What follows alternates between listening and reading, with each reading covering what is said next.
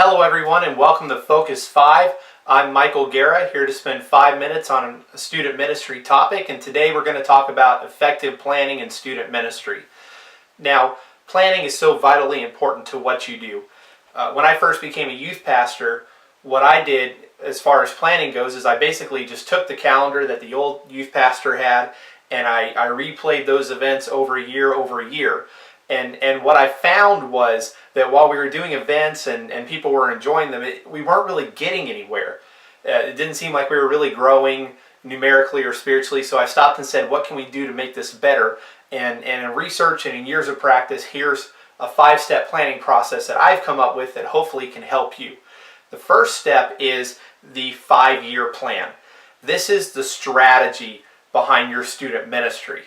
Now, when I say strategy, what I mean by that is think of it in terms of an end zone. How do you know that you've scored on the football field? Well, it's when you reach your end zone. Well, how do I know that I've scored in student ministry? How do I know that I have succeeded or that I've reached the goal? Well, I've got to sit down and ask myself that question. I've got to know when my student comes out of this ministry, what needs to be in place in their lives so that I can know that I've been successful. So I put my head together around that. And then we sit down with the pastor and go over it with the pastor. If you have student ministry staff, you certainly want to include this in the process, and you will ask yourself, how do we know we've scored? And again, this is strategic. So, for example, a strategic thing could be, I want my students to be involved in ministry. Involved in ministry is a strategy. Now, we're not saying yet how we're going to make that happen. We're just saying that we want to see that in place. Once you have that 5-year plan, then you go to step 2, which is the 1-year plan.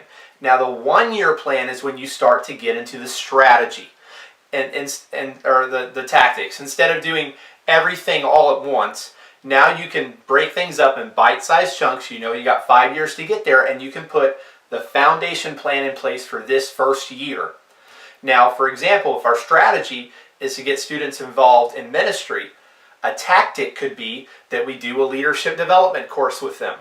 Or it could be that we do a mentorship program and pair them with people in the church that have the same talents and gifts and abilities as they do. So you want to put a 1-year strategy in place to help move you toward that objective. Then the next thing you want to do, part 3, is you want to have an annual planning meeting. We did this every year in September so that we were well positioned for January when January rolled around. That annual planning session gives you a chance to meet with your staff, even if your staff is just you and your wife and the pastor. It gives you a chance to meet with your staff and outline where we want to go this year, and then put the nuts and bolts around how you're going to get there. What activities are you going to do? What events are going to be on the calendar that are there year over year? For example, we had an annual youth week. So we wanted to make sure that we put the skeletons around that plan at the annual planning session so we were prepared for our annual youth week. So you spend time and you mark things out on the calendar.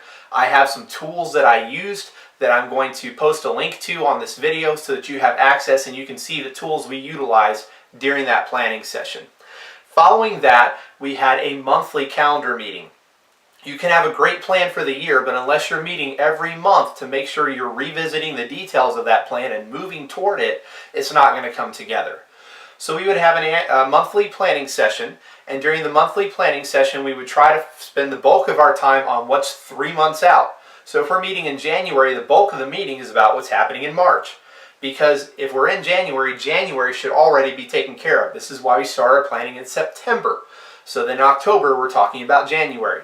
In November, we're talking about February, and so on. It moves linearly like that, and we can be well prepared in advance of things. So we spend the bulk of the meeting. If the meeting's an hour, I'd say 30 minutes on what's 3 months out, 15 minutes on what's 2 months out, and about 5-10 minutes on what's this month. And then I encourage you to bring in a student ministry topic to talk about with your staff.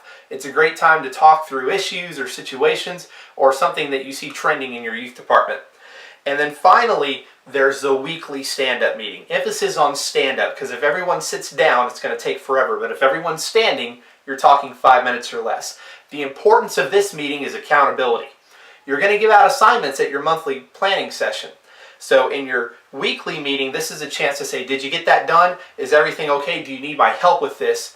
and you can keep people accountable for their assignments while also catching issues before it comes to the date of the event. Well, my 5 minutes is up. As you can see, I set an alarm. So thank you very much. Again, follow the link at the bottom and you have access to more resources regarding student ministry planning. This has been Focus 5 with Michael Guerra.